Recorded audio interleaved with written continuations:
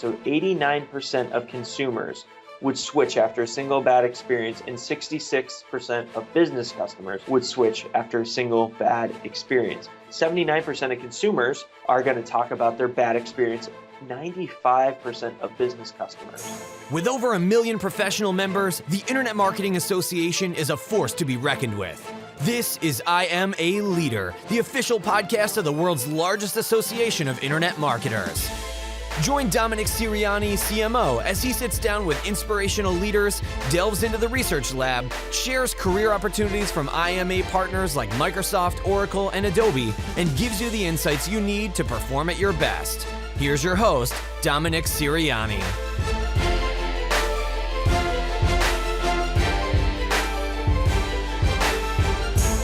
Hello, Internet marketers, and welcome to episode number 27 of I Am a Leader. You know, when we started this concept, our plan was to do 52 episodes, and I can't believe that we're more than halfway through with absolutely no intention of stopping. In fact, we have some very cool things that we're going to be rolling out in the next few months to add to the value that we hope this podcast is bringing to you. I'll get into some of that later and in future episodes. Today, I want to jump right into a conversation that I had recently with Jeff Marcoux. For those of you who don't know, Jeff is a member of the board here at the IMA. He's also the chairperson of the Northwest Internet Marketing Association, and he serves at Microsoft in the capacity of CMO-Lead. Now, you may have heard Jeff. Before on this show. He's a frequent contributor. If you don't know his background, I encourage you to go back and listen to episode number 20. That's where I gave Jeff the chance to introduce himself, talk a little bit about his background. Today, Jeff is going to talk to us about the customer experience. This is something that comes up constantly in just about every conversation about marketing and revenue management. And with Jeff's role both at the IMA and at Microsoft, he really has his thumb on the pulse of what we should be considering when we look at the customer experience. But before we get into the presentation on the customer experience, Jeff gives us an update on what's going on in the Northwest IMA, and he also runs down just a few of the things that are going on at Microsoft right now as it relates to marketing.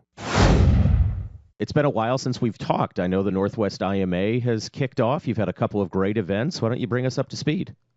Yeah, so we actually just last night had our third event here. So we had our first one at America's biggest single malt distillery. Our launch was at Westland Distillery, and I have to say the whiskey there is amazing. So if you ever get up to the Seattle area, worth a stop, or we can arrange a tour there. But yeah, so we had over 100 people attend our first event, our launch event, and really found that the marketing community here in Seattle is looking for something like the Northwest IMA. They're looking for a place to come and really be educated and network and to be very different than any of the other associations that are out there and available to them. So it's a safe place for them to come and just to be a marketer.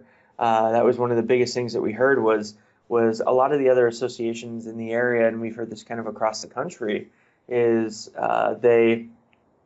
you end up feeling kind of pitched to, or like you're the most senior person in the room, kind of having resumes hawked around and sent at you. And so that is the absolute last thing that the Northwest IMA is, and we're hearing that's definitely resonating there. So we had our second event at R2I, or R2 Integrated, here in Seattle, an agency, and we talked about customer experience and in the way that kind of digital and analytics feed into that. And then just last night, we held our event at the geocaching headquarters, which is kind of a global game treasure hunt. They're in their 15th year. There are millions and millions of these little caches hidden around the globe. And really, these were the first guys to ever do experiential marketing, to really kind of blend the physical and the digital, and they just have this huge impassioned community, hundreds of thousands of followers and engagement, and so we got to hear from them on experiential, how they think about activating that community, how they do user-generated content, how they work with brands. And then also last night we had a great opportunity to hear from Ron Elgin, who is one of the original Seattle admin, and he's taken several agencies and sold them, and His last one before he retired, he sold into DDB and ran that one for a while there as well. So that was a great story. We got to hear from his book, Huckster, and a great read for anyone in the marketing industry or anyone in the business, period. So that's kind of an update on the Northwest. We're growing, we're active, and we're really excited. Our next event is actually going to be, we're being hosted by the VP of Marketing for the Space Needle, where we're going to get to come see how they've come and really addressed kind of an old, iconic staple of the city of Seattle and how they're turning that into digital experiences, engaging people, approaching user-generated content. So a lot of great stuff going on up here in the Northwest, and we're really excited. I'm excited for you. I know Christoph Trapp is about to kick off our Midwest IMA. I think he has an event coming up soon in Chicago. Our chairperson, Sinan Kanatsis, and I have talked about doing something here in Arizona. So you have blazed a very positive trail for us. Jeff, some of our listeners may not know that outside of your work as chairman of the Northwest IMA and, of course, a member of the board of the IMA itself, you're also CMO-Lead at Microsoft. There's been a lot of exciting things going on in the industry over the last few months. Can you give us an update on what Microsoft has been working on? Yeah, no, there's been some really exciting developments in terms of what we're doing in the world of continuing to help marketers there. So we're already beginning to explore with brands what Hololens means for them. How can they engage with that and create these completely immersive experiences with consumers in the end there. On March 9th, we just released our latest consumer trends research. So cutting edge research from around the globe, talking about what are the key trends that are impacting digital today for marketers. What do they mean for consumers, and what do they mean for brands and marketers, and how do you deliver against them? And so we could do a whole podcast just on that, and maybe we should, but I was thinking the same thing. If you can, talk a little bit briefly about HoloLens. Yeah, so with HoloLens, without going into too many details here, we've been engaging with brands around what does it mean to not just have virtual reality, but bring that and really blend that physical and digital space together. How can you engage the consumer in their home? How can you make your brand come to life in a way that people have never really experienced before? Because we're all seeing the virtual reality stuff come out, and yeah, they're going to be headsets where you're in this closed world. Well, we're focusing on how can we enhance and change that digital world in context of the world around you, right? So that's the reason you can see through it and why we project those holograms up and around. If you had a chance to watch the launch event there, definitely worth going back and seeing some of the demos that they did there. But even little things like being able to walk on Mars, projecting relevant information around you, how this is going to impact things like design and people's approach to creativity. So it's a really fun time to be there here at Microsoft, especially with that product on the forefront. The other stuff that we're seeing as well is with the Microsoft Band, we're seeing a huge uptick in the way that consumers are wanting to engage with the information on the wrist, not just a smartwatch, but a watch that really enables them to, or a band that really enables them to kind of control their work to life balance very fluidly and seamlessly. And we're getting a lot of great feedback on that stuff. And then the other stuff that I'm really excited about is we're working with some cutting edge technologies right now, what we call ISVs or partners, in the mobile beacon location space. And so really those guys are helping us talk about how can brands creatively engage in what is becoming the absolute most critical channel with consumers at the end of the day, which is mobile, the smartphones, the device we all carry around us. And so we've got some amazing groups, one called TriceKit that's based out of New Zealand, and they've got this amazing approach that can do indoor tracking up to 3 feet of accuracy. And so what does that mean in terms of guiding someone through a store experience? What does that mean for digital signage? What does that mean for if you're looking at a dinosaur exhibit at a museum, that all of a sudden that dinosaur comes to life on your mobile device and maybe you could go feed it or something like that? So really, how are you impacting those? One of the projects we're working on with them right now is actually focusing at SeaTac Airport, where we're turning around and we're able to start taking the assumption you walk up, and how many of us have stared up at that board looking, where's my flight, where's my gate, how do I get there? And imagine that all of a sudden the board flashes out and your information comes up. It says, hey, Jeff, your flight is D, or your gate's D17, go this way. And then on my mobile device, I get pushed a thing because I've been engaging with this technology over time. It says, hey, we know you normally like to go here, to this restaurant or to this bookstore every time you're at the airport. And they give me little icons like yellow, red, like you're boarding really soon. We know that you like to be there 30 minutes early, so we think you only have time to get to that bookstore today. And so now you can start surfacing up new opportunities, new kind of ways to engage with people, and also surface up new ways to drive business. Because if I have a long layover at another airport and they know who I am, they know what I like, they can now surface up different types of restaurants or things like that. One of the great examples I was giving is pretty much every time I go to Atlanta, I like to try to hit the Chick-fil-A. It's in one little terminal, and you've got to know where it is. And the question of, do I have enough time between my flights to go there and have their delicious sandwich? And so kind of looking at that and going, how do you do that? And how do you make those moments that matter? So we're doing a lot right now in the space with marketers, and that's just scratching the surface. We've got some amazing stuff coming up in predictive analytics. We've got some amazing stuff coming up in the mobile beacon and location technology. So we're doing a lot. We're really excited. Jeff, I could spend hours talking to you about maybe half of what you just spoke about. And like you said, maybe that's a topic or several topics for upcoming shows. Tell us a little bit about what you came here today to talk about. So my understanding is that one of your recent Northwest IMA events was specifically about the customer experience, kind of UI, UX, and you were prepared to share some of that with us today. Is that right?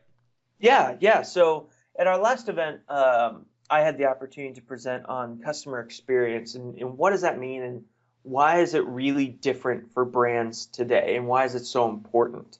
We've all probably, if you haven't heard this, I go look it up. The 10-minute Comcast phone call just trying to cancel the service, and just the pain of what that telescript was, and engaging with that guy, and the customer just constantly said, I just want to cancel my service. I just want to cancel my service. And he was smart enough to record that.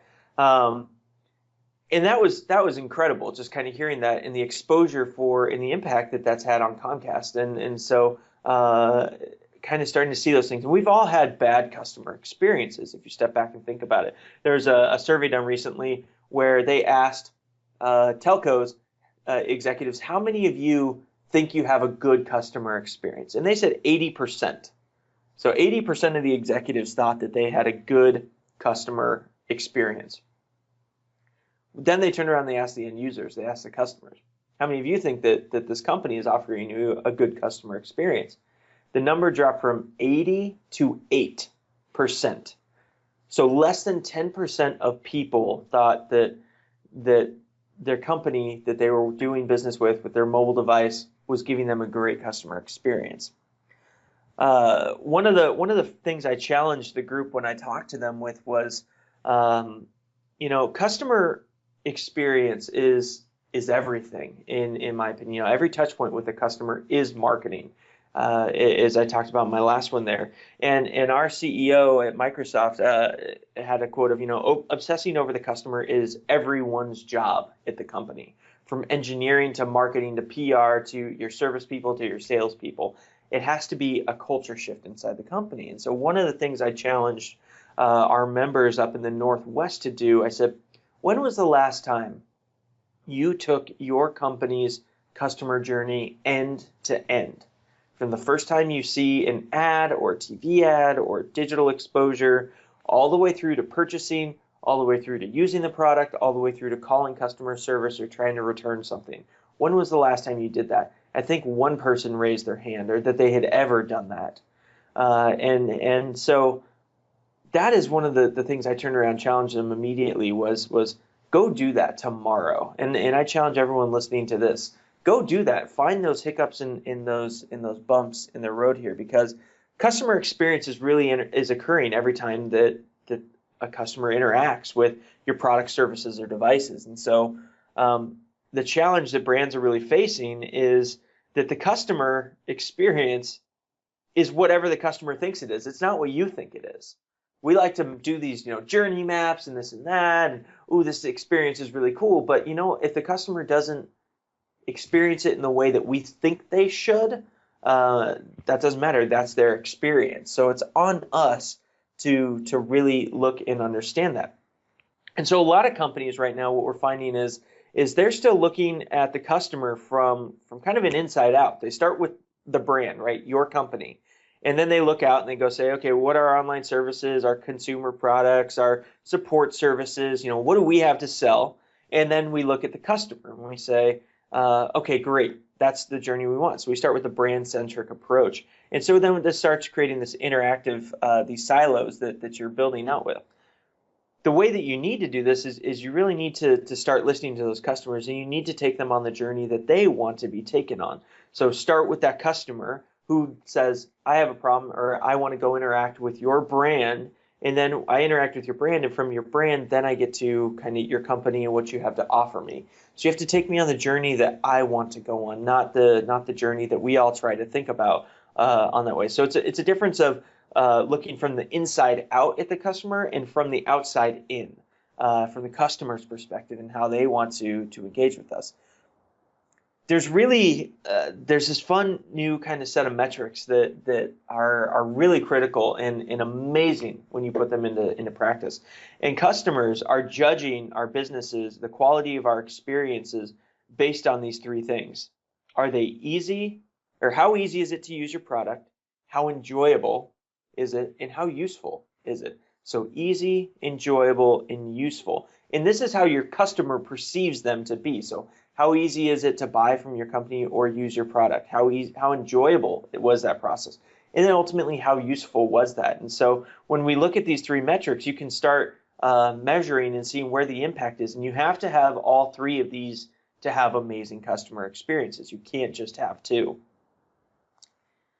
And so business, the business of doing business has changed, and the real thing about that is that the customers' expectations have changed along with that. Companies can't really compete on features anymore, functionality. Traditional industry boundaries are completely disappearing. We see things flowing back and forth between industries, uses of products, uses of services. We're also seeing the blend of it's no longer a work and a life or a digital and a physical world. All of that is blending together because I may be on my phone after I put my son to bed, checking on email, so I'm at home, but I'm doing work, and at work I may be planning, some birthday party for a parent or like my brother or a friend, and so those work-life boundaries have disappeared, and that digital physical world have also begun to really disappear. And so what's really interesting is that the customer experience leaders have started to set new standards. We've seen that customer experience leaders actually are driving significantly more revenue than customer experience laggards in the space there. And then the last piece is that the fact that social influence has really put everyone at the company or every company at risk, because social, it's around us no matter what, and we have very little control over it. And so every company has that risk of what is somebody going to say about them as a part of it there. And so we're really in this new era of what I call smart customers. And in my opinion, there really is only one sustainable advantage that you're able to deliver. So that one sustainable advantage is delivering a better quality experience across every customer interaction that you have with the customer there. So, smart customers have radically different expectations of service and how they interact with your company, accessibility of your product, the experience that they have with you and how it makes them feel, the choice, what are my options that I have, speed. In this era of the internet, you have to market, and your business has to change at the speed of the customer, not at the speed of your industry. And that customization, personalization as well. People are now wanting things to be totally tailored to them. We see this with LinkedIn allowing you to put imagery and stuff behind your profile, Twitter changing the way that they do their profiles and things like that. The way that if your bank offers like a great budgeting tool, those are all personalized and tweaked to me. Mint.com, another great example, right? Fast, get my data in there, start customizing it to me, my goals, and what's going on there. And so these smart customers have these radically different expectations. One of the most interesting metrics that I saw was what happens when expectations are not met.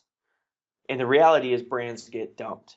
So with consumers, 89%, and with businesses, 66%. So given a choice, a customer will switch brands after a single bad experience. So 89% of consumers would switch after a single bad experience, and 66% of business customers would switch after a single bad experience. And what's really interesting if you're in the business to business world is that half of B2B buyers are going to stay away from a brand for over 2 years or more. So a single bad experience has a huge impact on the potential future revenue of those customers that you are wanting to engage with there. And so the other big thing too is once somebody has that bad experience, they tell others exactly how they feel, right? That threat of social that we were talking about.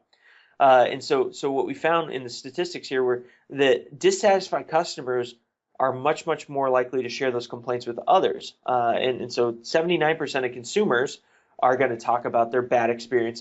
95% of business customers are going to talk about those bad experiences and share those complaints with others. So you want to talk about brand impact. You treat a business to business customer in a poor way, they're almost 100% of them are going to go tell others, and think about the fallout effect of that. The other interesting thing was that with the fact that 88% of B2B buyers that have been influenced by kind of online customer service reviews when they're making those buying decisions. So again, almost 90% of business to business buyers are looking to see how have other people engaged with this brand, what has been their experience before they'll ever make that buying decision. Because you know what, when I have a problem with your product or your service, I need to be able to pick up that phone and call you and get it fixed. I need to not be stuck in a long extended queue. I don't have time to waste. You know, time is that most precious natural resource, and that's why customer experience is so important. So what's interesting is that improving your customer experience isn't necessarily simple, but it can be pretty straightforward. So there's 4 kind of key things that you need to do to start improving your customer experiences. So the first thing is, what do your customers really want and need from you? So how do you find that out? You need to go do some research. You need to find that out, but you've got to truly understand what your customers really want and need from you, versus starting with your brand and then your products and then going to the customer. The second thing is you need to look at it and say, which experiences are most important to them and why? Not necessarily every experience is as important in kind of their influencing and their decision-making process. So which ones are those key inflection points that you need to go engage with? The third is what barriers are you as a company, as a brand, erecting to keep them from what they want, to keep your customers from getting to the experience, from getting to the product that they want. They want to buy from you. What are the barriers that you are putting in place, and how do you take those down? Often one of the things that we see in this one are number of steps to purchase, or how seamless is that purchase process, or how seamless is it to sign up and log in. Significantly higher conversion rates for trials that don't require a credit card versus ones that do. And so looking at those sorts of things is a part of it. And how do you make those seamless processes? How do you make it as easy to get to yes through your customer experience with as few steps as possible? And the fourth one is looking at, where do you excel today? And then where can you really do things better than anyone else, any of your competitors? Look at what your strengths are. So what do your customers really want and need from you? What experiences are most important to them and why? And then what barriers are you erecting to keep them from what they want? And the last one is, where are you excelling? How can you take advantage of those? Because when it comes down to the ability to see kind of what it's like to do business with your company, you've got to look at it through the eyes of your customer. And marketing plays a huge role in this, and digital is even more important than it has ever been before from that perspective. And so Kind of diving a little bit more into that. So first, you've got to identify who your customers are and what they need from us. So one of the best ways to start doing that is taking that persona-driven approach. What is their name, their role, their title, their objective? What do they need? Who are they? And really understanding that persona that you're engaging with. Once you have those personas, you're able to turn around and see, well, what touch points do they encounter, and how well they work at meeting those customer needs. Where is your brand and your marketing touching this persona that you're targeting there, and really understanding that customer. Then the next kind of key step after that is stepping back and saying, what does a unique journey for this customer look like? So what is their discover, their learn, their consider, purchase, use, engagement path all the way through, and continuing that. But you've got to start with that customer and work the way in. Who are they? What do they need? Where are they? What's the journey that they want to go on? And the big thing is, this is where a lot of brands fall down, is we make these assumptions. So once we've figured out, okay, we think this is who our persona is, these are their touch points, this is the journey they want to go on, a lot of brands start to execute at that point. They're missing a huge step. You have to turn around and go ask them what works, what doesn't, and why. Go vet your research with them, with the customer, to make sure you've got your journey right, your understanding of their pain points and their needs right, that their touch points are right. Because you could be wasting tons of money in marketing and advertising on the wrong touch points that don't matter to the people who want to buy your product. Because what's really interesting is when you start to implement these solutions, you really start to see the measurement in results. So again, with all things you do in marketing, you should definitely make sure that you can measure these. And so measuring things like NSAT, people's experience, their user experience. What was your time to market? Was it significantly decreased? Cost savings, revenue potential. These are all key things that we've seen improve significantly through improving that customer experience and taking that persona journey approach there. So measuring those things and the impact is fairly substantial that can have on your company there. And so the kind of really the next key thing is now that you have those metrics, you've got to, as a marketer, we all know customer experience is so important, but how do you link that to business value? And how do you prove that customer experience drives that greater business value? Well, it starts with those metrics. The fact that you can say your time to market, your revenue potential, your NSAT, your user experience all went improved. You want to be able to ultimately show that the customer experience drives your customer attitudes and purchase behaviors that really drive that business value. So that top line growth and that bottom line profitability. Those are, again, really, really key things. So what are the touch points that you're working with? What are those experience drivers that you're engaging with? So delivering on that customer experience. But then you have to continue to show the impact on the loyalty metrics. So you might have, okay, here are my touch points, here are my experience drivers, here's the loyalty that's starting to come from that. And lastly, the business metrics. Are they return purchasing? What's the retention? What's the referral rates? Are they taking the desired behavior? So really tying those in to those business metrics and showing that leading with the customer is actually best for the business in terms of your brand and recognition and taking care of your customer, but also in terms of that top line growth and that bottom line profitability. So at the end of it here, the big thing is looking at how can you really do this? And so creating those better customer experience requires three things. It requires you having an experience strategy, requires you having customer insights, and it requires you to do some experience design. What is that right design to go through there? And so that's where you do that journey mapping. That's where you do that research, you understand who that customer is, and you vet it with them. You don't just make assumptions. And then the last piece is that delivering better customer experience requires four key things here.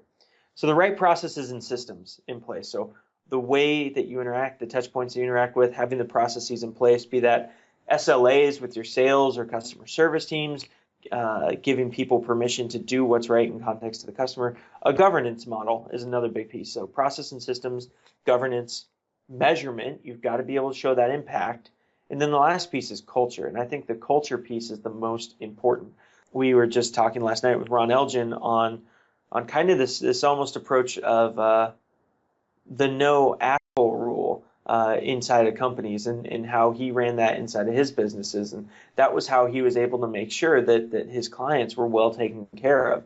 And so we've seen some companies do this where they hire people and they empower their people to do what is right for the customer at the end of the day. There's a great story in the book Raving Fans, where a guy went up to purchase a book from a bookstore. They were out of stock. Well, the store clerk turned around and said, actually, walking into the mall today, I saw this other bookstore had it in the window. Let me go buy that for you. Brought it back. He only paid what that person paid to purchase it from the other store, and then they wrapped it for free. Well, guess where that person is going to bring their business back in the future? It's going to be to that bookstore who took care of them and went above and beyond for them. So creating that culture to empower your employees to do what's right, a culture of customer centricity, customer obsession, and doing what's right for the customer. So those are kind of the key things. So creating that better experience, the experience strategy, customer insights, experience design, and then delivering on that is through your processes and systems, your governance models, your measurement, and your culture. And again, I'm happy to talk with anyone who wants to talk more about their customer experience in their business and really kind of flow that sort of stuff out there.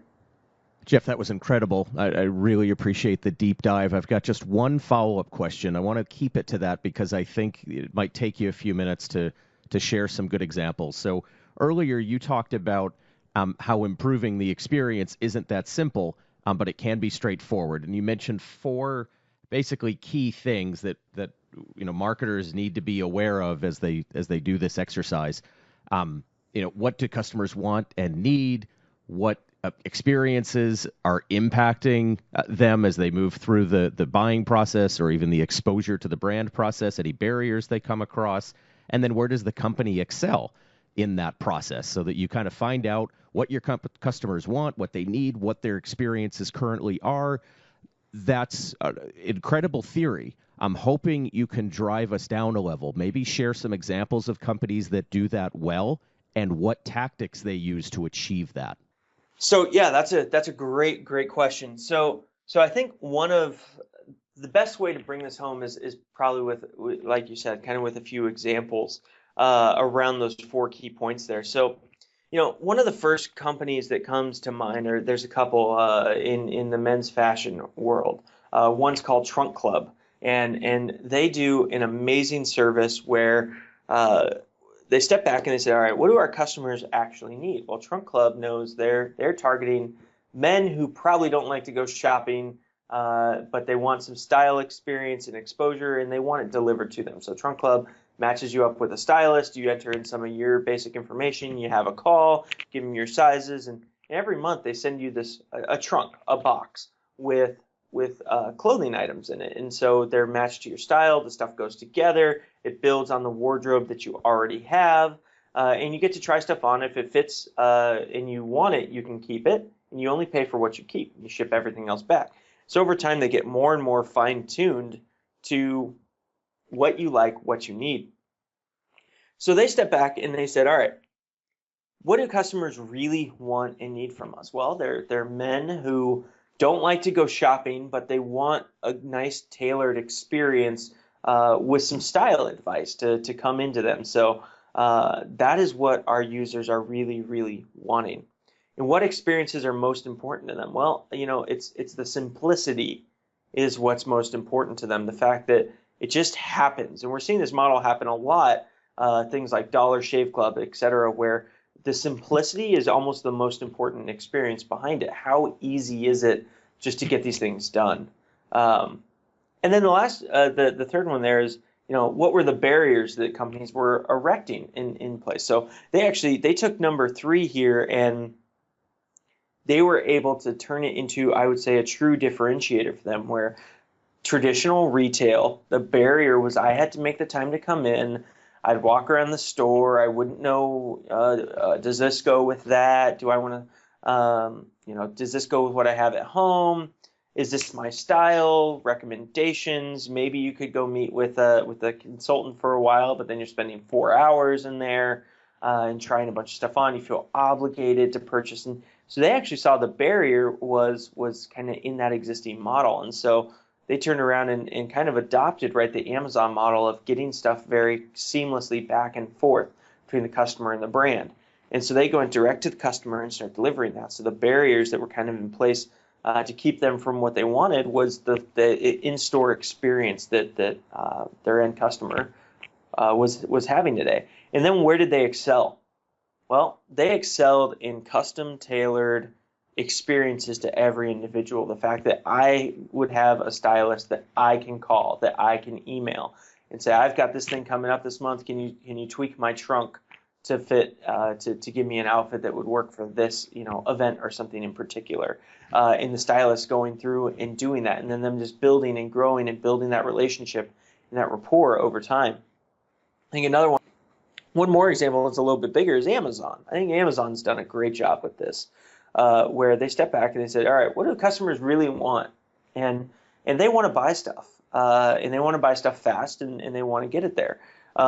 What experiences are most important? Well, being able to find the product that you're looking for, and to be able to look up reviews, and then again, that simplicity, that ease of purchase, and how fast it gets to me. I would say you could ask almost any person now, and they will say, I'd probably much rather order on Amazon and have it shipped to me if I had Prime, because, okay, it's 2 days. And we kind of really sit back and struggle and go, do I need this faster than 2 days? Which is exactly where Amazon wants you to be.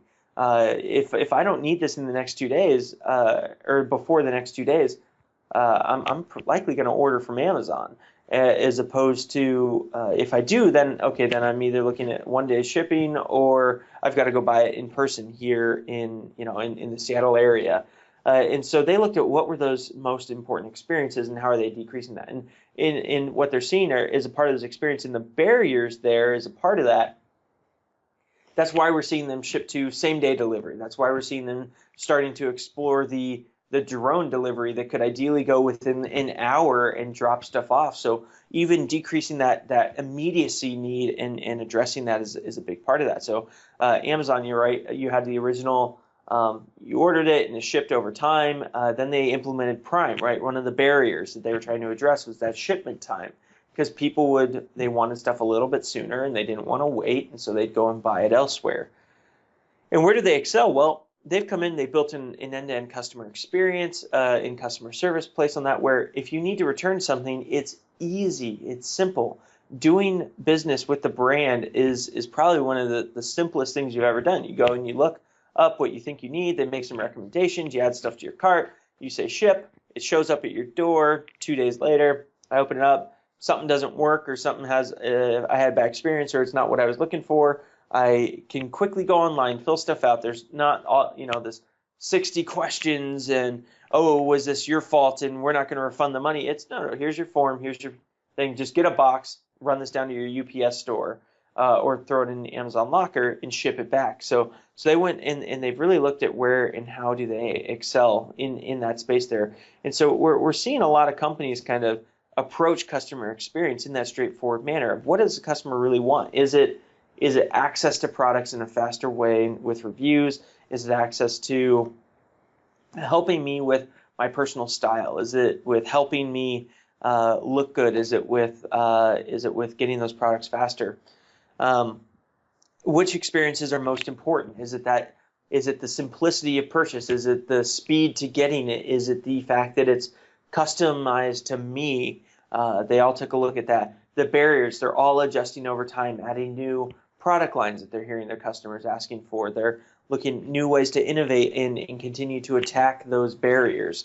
And then the last piece is where do they excel and how do they take more advantage of that? I'd say number 3, the barriers that most companies are wrecked are either in the purchasing process or they're in the customer service process there. And so those are definitely 2 of the biggest areas I'd say definitely go take a look at, because either it's too complicated to buy, it's too complicated to use, or it's too complicated to get help if you need it, or to return stuff. And so those are definitely some of the better examples, I think. So hopefully that answered the question there. It sure did. I appreciate you going into so much detail too. So often I get feedback from people in our industry. I attended this conference, or I listened to this webinar, or I heard this speaker, And it's all the same generalizations. It's all, way up high at 40,000 feet. And what I really want is someone to break it down for me, show me how, or give me an example that I can then go emulate. So, Jeff, on behalf of myself and our audience, thank you for diving into the weeds for a few minutes there at the end. And I'll stand by what I said. I won't ask you any additional follow-up questions, but I do want you to be able to share with our audience how they can reach out to you and get more information or engage in a conversation. Yeah, no, definitely. So if anyone wants to talk more about customer experience in context of their brand, their product, definitely would love to chat with you a bit more. So at Jeff Marcoux on Twitter, LinkedIn, you can find me on Jeff Marcoux, or jmarcoux@imanetwork.org. Feel free to reach out to me on any of those channels, and would love to have a conversation with you and your brand and help you guys start making some impacts and inroads towards creating amazing customer experiences.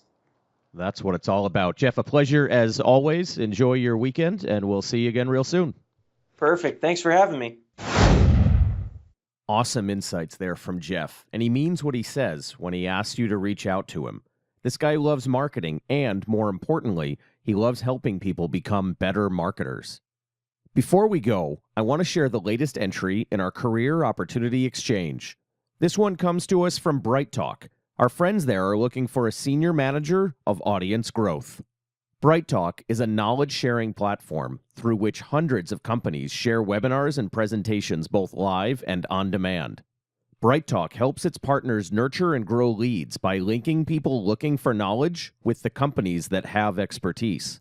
The Senior Manager of Audience Growth is a global role, managing a small team of professionals. The goals are to use advanced technical skills in data modeling, content marketing, and CSS, HTML, and SQL to help Bright Talk improve promotional performance, re-engagement, and user growth. I've personally worked with the team at Bright Talk, and I know they're a fantastic group. If you have the skills I mentioned, shoot me an email at podcast@imanetwork.org. I'd love to introduce you. Before we go, I want to let you know that we're about to launch a video podcast to complement our main audio-only feed. Soon, Jeff's presentation will be available not only in the format you just heard, but now you can watch the corresponding slides without having to go to YouTube or our website. Later this month, I'm interviewing Rand Fishkin, the founder of Moz, Claudio Ludovisi, a VP of Marketing at NBC Entertainment, and Victor Cho, the CEO of Evite. We also have leaders lined up from Oracle, Think Together, Multilingual Solutions, and many more. Lots of information, best practices, and insights are coming to you from inspirational leaders. Stay tuned, IMA. Ready to join the Internet Marketing Association? Membership is free at imanetwork.org/podcast. It takes less than 1 minute to gain access to research, education, and opportunities to move your career forward. Already a member? We'd love to hear your story. Introduce yourself at podcast@imanetwork.org for a chance to be featured on the show. Thanks for listening, and we'll talk to you next time on I Am a Leader.